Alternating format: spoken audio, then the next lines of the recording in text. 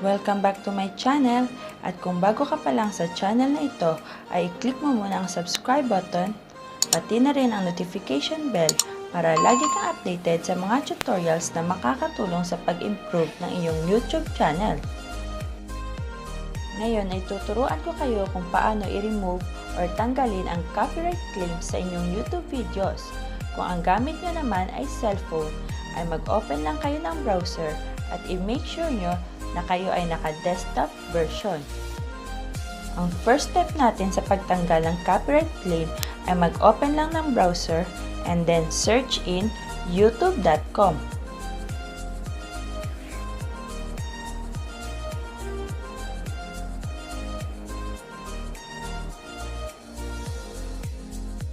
Sa top right ay makikita mo ang iyong profile picture. I-click mo ang iyong profile picture.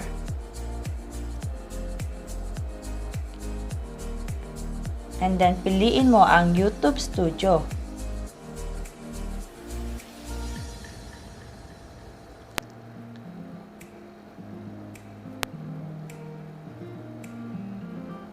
Sa left side ng YouTube Studio ay makikita mo ang dashboard, videos, playlist, analytics at marami pang iba. Click in videos.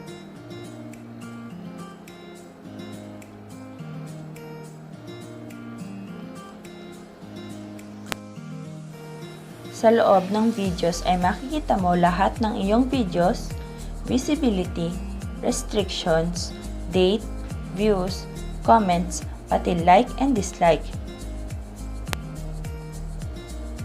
Dito may video ako na may copyright claim. Makikita mo ito under sa restrictions.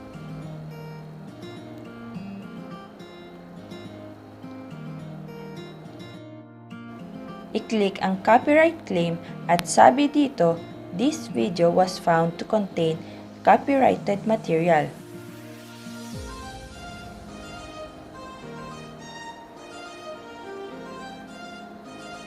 Click in See Details.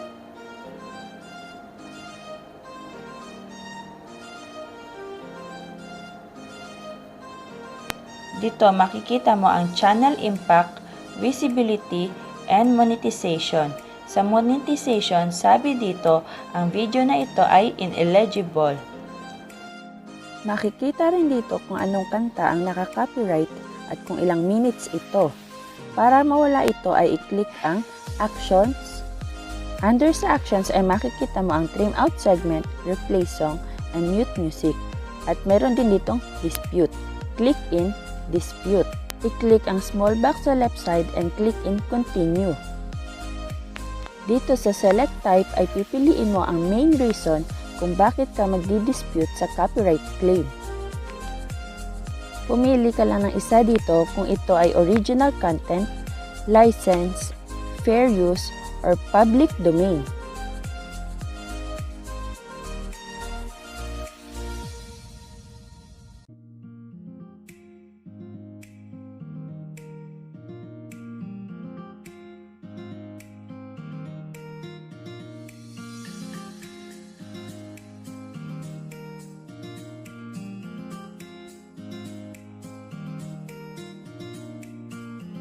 Dito sa video na ito ay pinili ko ang original content and then click in Continue.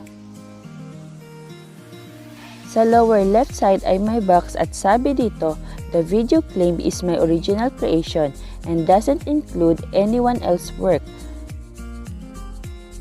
I-check ang box na ito and then click in Continue. Sa Proof of Ownership box, sabi dito, give the claimant as much information as you can about why this content is completely your original creation. At dito nilagay ko, the song was used in a dance performance in Global Village, Dubai, which I recorded. Ilagay mo lang ang reason mo.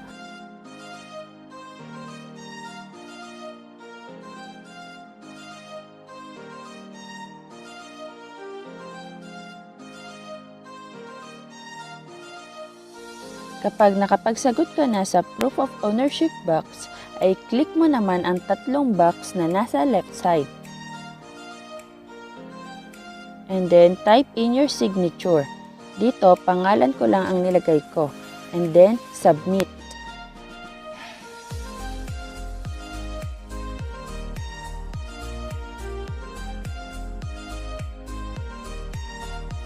Sabi dito, dispute submitted.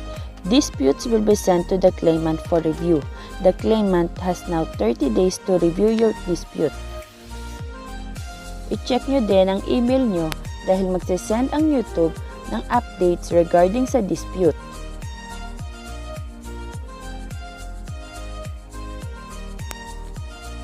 Ang subject niya ay copyright claim. Sabi dito, your dispute has been submitted.